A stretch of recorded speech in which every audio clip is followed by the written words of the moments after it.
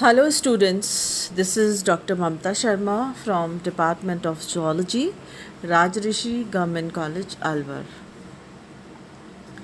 Today we are going to study about blood physiology जिसमें हम पढ़ेंगे composition and functions of blood.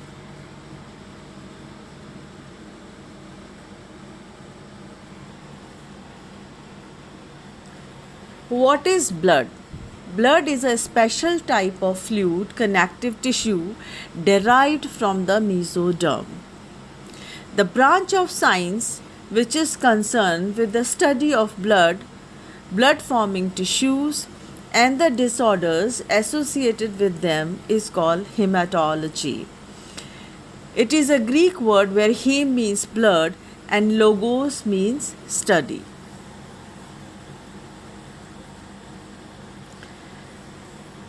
What are the properties of blood? सबसे पहले इसका colour, ये ब्राइट रेड कलर का होता है इन आर्टरीज में और डार्क रेड कलर का होता है वेन्स के अंदर. इसका कितना मास होता है? 8% of the body mass is blood. What is the pH? ये स्लाइटली एल्कलीन होता है और इसका पीएच वेरी करता है 7.35 से 7.45 तक. What is the taste of blood? It is bit salty. इसमें थोड़ा सा नमक का स्वाद होता है. What is the temperature of the blood? It is 38 degree centigrade which is 100.4 degree Fahrenheit. What is the viscosity of the blood? It is 3 to 4 times more viscous than water. और इसका कितना वॉल्यूम होता है? करीब 5 से 6 litre इसका volume होता है बॉडी के अंदर. Now let's study about the composition of the blood. Blood के दो पार्ट होते हैं, एक होता है प्लाज्मा, दूसरा होता है सेलुलर कंपोनेंट्स या सेलुलर एलिमेंट्स. ब्लड का 55% प्लाज्मा होता है और 45% इसके अंदर सेलुलर एलिमेंट्स होते हैं. सेलुलर एलिमेंट्स के अंदर क्या क्या होता है? रेड ब्लड कॉर्पस्कल्स होते हैं जिनको हम एरिथ्रोसाइट्स भी कहते हैं. वाइट ब्लड कॉर्पस्कल्स होते हैं जिनको हम ल्यूकोसाइट्स भी कहते हैं. और प्लेटलेट्स होते हैं जिनको हम थ्रोम्बोसाइट्स भी कहते हैं. अगर हम ब्लड को सेंट्रीफ्यूज करें तो इस टेस्ट ट्यूब में आपको दिख रहा होगा ऊपर एक हल्के लाल रंग का द्रव्य है और इसके नीचे रेड कलर का सेमी सॉलिड जैसी कुछ चीज़ जम जाती है. अगर हम ब्लड को सेंट्रीफ्यूज करते हैं तो ऊपर तो प्लाज्मा सेपरेट हो जाता है और जितने भी इसके सेलुलर कंपोनेंट्स हैं जैसे WBCs, प्लेटलेट्स और रेड ब्लड कॉर्पस्कल्स वो नीचे बैठ जाते हैं. वो सेडिमेंटेशन हो जाता है उनका, वो नीचे की तरफ अलग से बैठ जाता है, प्लाज्मा ऊपर आ जाता है.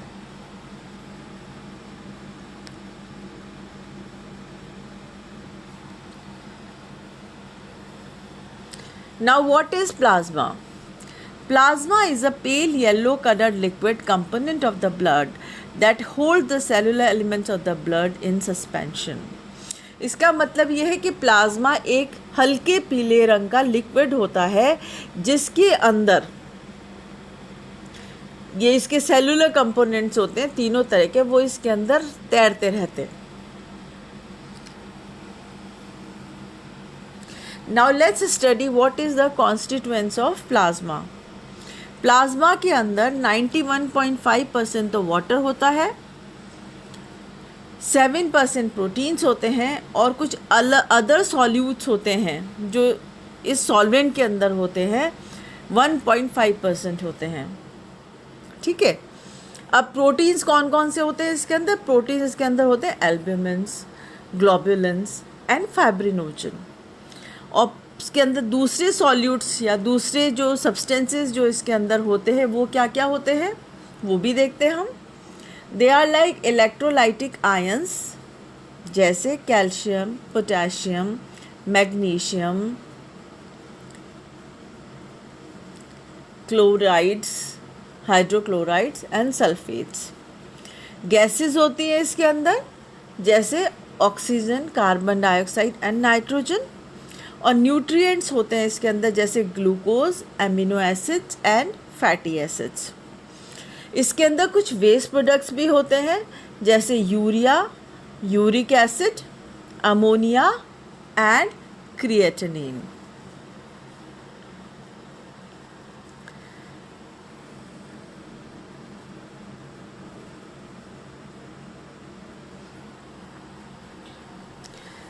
Now what are the functions of the plasma.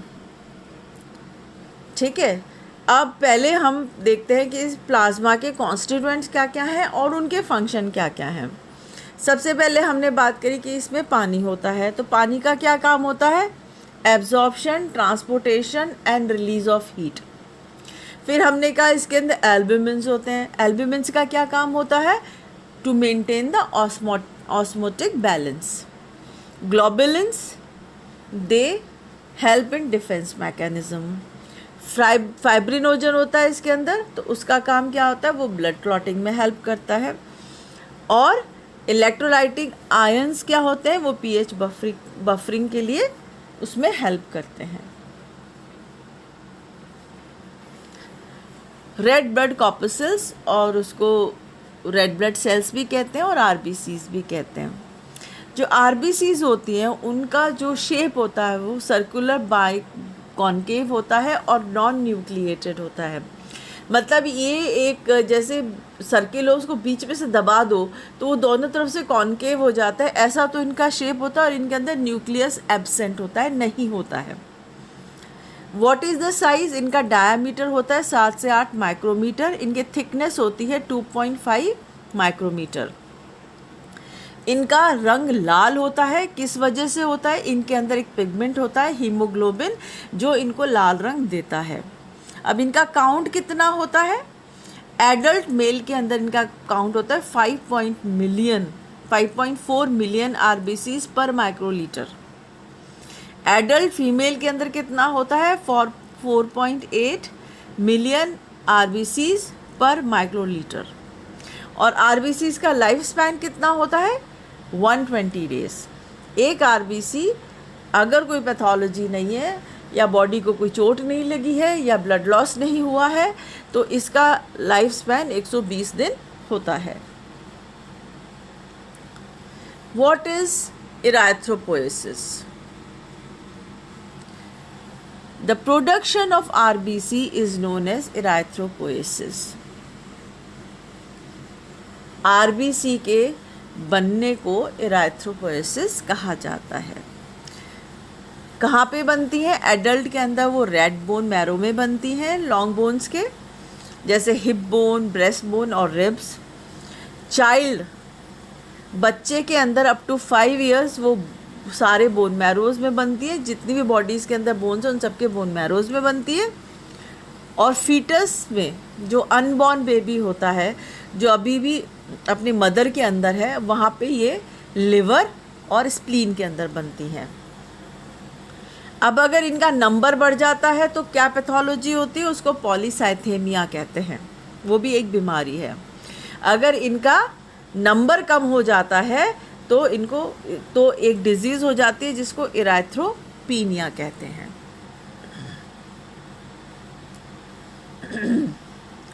Now let's come to the functions of RBC. सबसे इम्पॉर्टेंट फंक्शन है आरबीसी का to transport oxygen from lungs to tissues. Body को काम करने के लिए ऑक्सीजन सप्लाई होनी चाहिए डिफरेंट ऑर्गन्स को। तो जब हम सांस लेते हैं वो एयर हमारे लंग्स में जाती है, वहाँ पे ऑक्सीजन एब्जॉर्ब होती है। अब वहाँ से लंग से ये ऑक्सीजन उठा के red blood corpuscles different body tissues को सप्लाई करती है। देन जब उसको वो यूज़ कर लेते हैं उस ऑक्सीजन को, तो एक बाय प्रोडक्ट बनता है ऑर्गन्स के अंदर, वो होता है कार्बन डाइऑक्साइड। अब वहाँ से इस कार्बन डाइऑक्साइड को वापस लंग्स के अंदर लाना, वो काम होता है आरबीसीज का। तो पहले ऑक्सीजन को ले जाना ऑर्गन से और वहाँ यूज़ होने के बाद वहाँ से CO2 को लेके आना वापस लंग्स के अंदर, ये काम होता है रेड ब्लड कॉर्पसेल्स का। Normal blood contains 13 to 15 gram of haemoglobin पर 100 ml of blood. 1 RBC contains about 250 molecules of hemoglobin. Each molecule of hemoglobin carries 4 molecules of oxygen. अब ये जो ट्रांसपोर्ट ऑफ ऑक्सीजन होता है ये किसके द्वारा होता है? जो आरबीसीज के अंदर मैंने बताया था एक पिगमेंट होता है हीमोग्लोबिन जो उसे लाल रंग देता है, उसका ये काम होता है. White blood corpuscles. जो वाइट ब्लड कॉर्पसेल्स या WBCs, इनका स्ट्रक्चर एक अमीबॉइड टाइप का होता है और इनके अंदर न्यूक्लियस प्रेजेंट होता है. इनका साइज़ 12 से 15 माइक्रोमीटर होता है. इनका कलर, इसका कोई कलर नहीं होता और ट्रांसलूसेंट होती हैं. ट्रांसलूसेंट मतलब इनके आर पार हम अच्छे से नहीं देख सकते. ट्रांसपेरेंट के आसपास तो हम देख सकते हैं, पर ये ट्रांसलूसेंट होती हैं तो हम इसके आर पार अच्छे से नहीं देख सकते.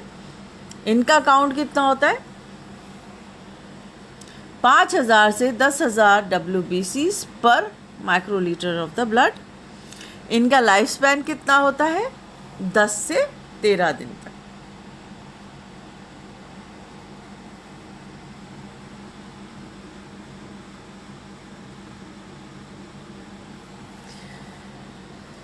Now let's come to leukopoiesis. What is leukopoiesis? The production of WBC is known as leukopoiesis. Adult में कहाँ बनती है ये? लिवर, स्प्लीन, टॉन्सिल और बोन मैरो में बनती हैं. फीटस में कहाँ बनती है? जब लिवर और स्प्लीन के अंदर. अब कुछ पैथोलॉजी भी इससे एसोसिएटेड है, जैसे increase in the number of WBC, it is known as leucocytosis. Decrease in number of WBC is known as leucopenia. और अगर किसी बीमारी के कारण पैथोलॉजिकल इंक्रीज, अगर एकदम से बहुत ज़्यादा WBC इंक्रीज हो जाती है तो एक बीमारी हो जाती है जिसको हम ब्लड कैंसर कहते हैं या ल्यूकेमिया कहते हैं. Now types of WBCs. There are 2 types of WBCs, granular and agranular. Granular कौन सी होती है? Neutrophils, which is 62% of the total amount. Then acidophils 2.3% होती है ये. Basophils वो 0.4% होती है टोटल अमाउंट का. और agranular होती है वो lymphocytes होती हैं और monocytes होती हैं. लिम्फोसाइट 30% होती हैं और मोनोसाइट्स 5.3% होती हैं ऑफ द टोटल अमाउंट.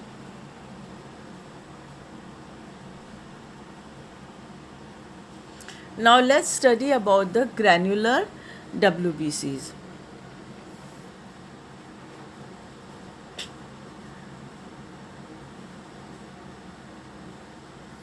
सबसे पहले हम बात करते हैं न्यूट्रोफिल्स की. इनका डायग्राम इस तरह का होता है जो दिख रहा है. बड़ा ही इलोंगेटेड टाइप का न्यूक्लियस है जिसके 3-4 लोब्स हैं.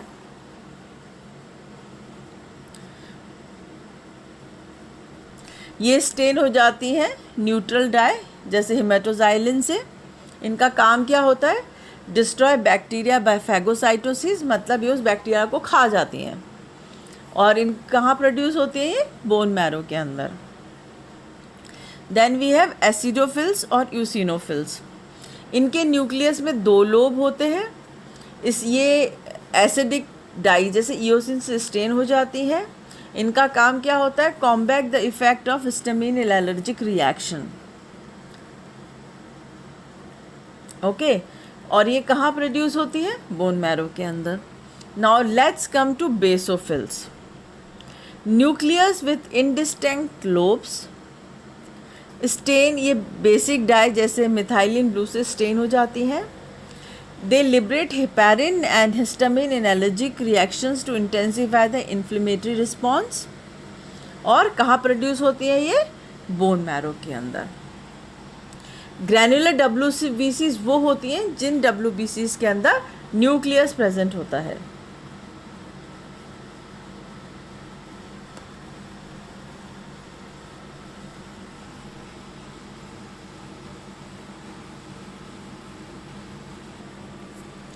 अब हम एक बार थोड़ा सा रिकैप करते हैं कि ग्रैन्युलर और ए ग्रैन्युलर WBCs में क्या फ़र्क होता है। जो ग्रैन्युलर WBCs होती हैं उनके अंदर बहुत सारे ग्रेन्यूल्स होते हैं उनके साइटोप्लाज्म में, और उनका न्यूक्लियस जो होता है वो लोब्ड होता है, ठीक है। और मतलब लोब कई 2-3 लोब, जैसे मैंने पीछे पढ़ा था 2-3 लोब्स होते हैं। और जो ए ग्रैन्युलर WBCs होती हैं उनके अंदर या तो बहुत कम ग्रैन्यूल्स होते हैं या ग्रैन्यूल्स होते ही नहीं हैं, और उनके अंदर एक लार्ज स्फेरिकल न्यूक्लियस होता है। तो अब हम बात करेंगे ए ग्रैन्युलर WBCs की। तो पहले हम बात करते हैं लिम्फोसाइट की। वो कुछ इस तरह सा दिखता है, उसमें जैसे कुछ फाइब्रिल से निकले हुए रहते हैं। ये स्मॉलेस्ट होती है WBC, और इनके अंदर एक लार्ज राउंड न्यूक्लियस होता है। इनका क्या काम होता है? They produce antibodies. और कहाँ बनती है लिम्फोसाइट्स? बोन मैरो में, स्प्लीन में और टॉन्सिल्स में। Then we have monocytes. These are the largest WBCs. They are like they have a kidney shaped nucleus. और ये क्या करती हैं? ये माइक्रो ऑर्गेनिजम्स को इंजेस्ट कर जाती हैं। ये कहाँ प्रोड्यूस होती है? They are produce in the bone marrow.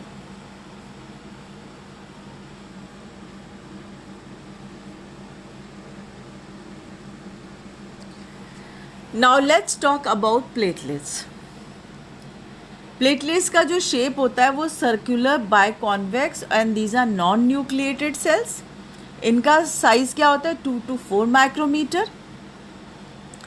इनका काउंट 1,50,000 से 4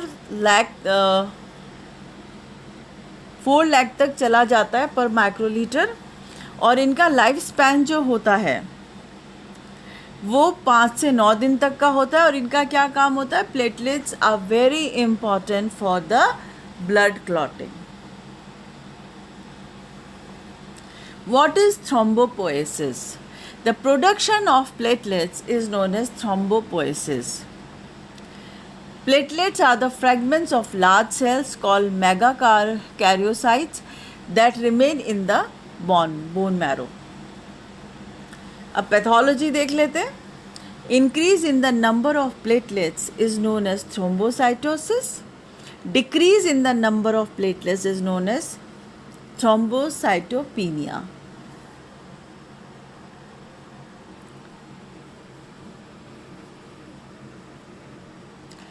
now let's study blood clotting. यहाँ पे मैं बहुत छोटा सा ब्लड क्लॉटिंग बता रही हूँ क्योंकि ब्लड क्लॉटिंग हम बाद में पूरा डिटेल में पढ़ेंगे। बट क्योंकि हम ब्लड की बात कर रहे हैं तो अगर हम ब्लड क्लॉटिंग की बात नहीं करें तो लेक्चर अधूरा रह जाता है। Blood clotting is the process in which blood loses its fluidity and become a jelly-like mass few minutes after it is shed out.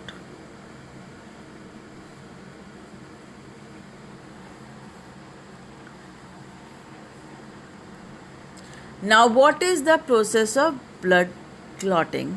यहाँ पे मैं आपको ना I'm just trying to make you understand. एक ब्लड वेसल वो puncture हो गई है, ओके जैसे ही वो पंक्चर होती है, हमारे कोई कट लग जाता है, हमारी ब्लड वेसल पंक्चर, खून तभी आता है जब ब्लड वेसल पंक्चर होती है, नहीं तो खून नहीं आता है। तो सब खून रोकने के लिए इस ब्लड वेसल को जहाँ से कटी वहाँ से इसको बंद करना ज़रूरी है। तो वहाँ पे प्लेटलेट्स आती हैं, फटाफट वहाँ पे एक प्लग बना देती हैं। Platelets and damage tissue cells release prothrombin activator which initiates a cascade of enzyme reactions. जैसे प्रोथ्रोम्बिन को थ्रोम्बिन में कन्वर्ट करता है प्रोथ्रोम्बिन एक्टिवेटर, ठीक है। वो क्यों रिलीज होता है? प्लेटलेट और डैमेज टिश्यू सेल्स रिलीज करते हैं उसे। In the presence of calcium वो थ्रोम्बिन बनाता है। फिर ये जो थ्रोम्बिन है वो सॉल्युबल फाइब्रिनोजन को कैल्शियम की प्रेजेंस में इनसॉल्युबल फाइब्रिन बना देता है। और ये जो फाइब्रिन थ्रेड है ये वहाँ पे एक लूप जैसा बनाता है जिसके अंदर रेड ब्लड सेल्स चिपक जाती हैं, फंस जाती हैं उसके अंदर, और एक क्लॉट सा बन जाता है। और ब्लड फ्लो धीरे धीरे कम होता है और फाइनली बंद हो जाता है. This is a body defence mechanism कि किसी भी इंसान को अगर चोट लगती है तो ब्लड लॉस नहीं होना चाहिए. उसको रोकने के लिए blood clotting is a very very important thing to happen to save the life of a human. Now, what is anticoagulant? A substance which prevents the coagulation of blood is known as anticoagulant. मतलब जो blood को coagulate नहीं होने देता वो anticoagulant होता है. Heparin is a natural anticoagulant present in the blood. हमारी बॉडी के अंदर हेपेरिन घूमता रहता है, इसलिए हमारी पूरी बॉडी में ब्लड सर्कुलेट होता है और कहीं पे भी ब्लड क्लॉटिंग नहीं होती है. If blood clots too easily and results can be thrombosis, clotting in undamaged blood vessels. ये बहुत ही severe pathology होती है. Sometimes clots happens in brain, sometimes clot happens in different parts of the body, and this will interfere with the blood circulation. And वो इतनी dangerous होती है that it can result into death also. And if the blood takes too long to clot, a hemorrhage can happen and person loses blood and that again can result into death.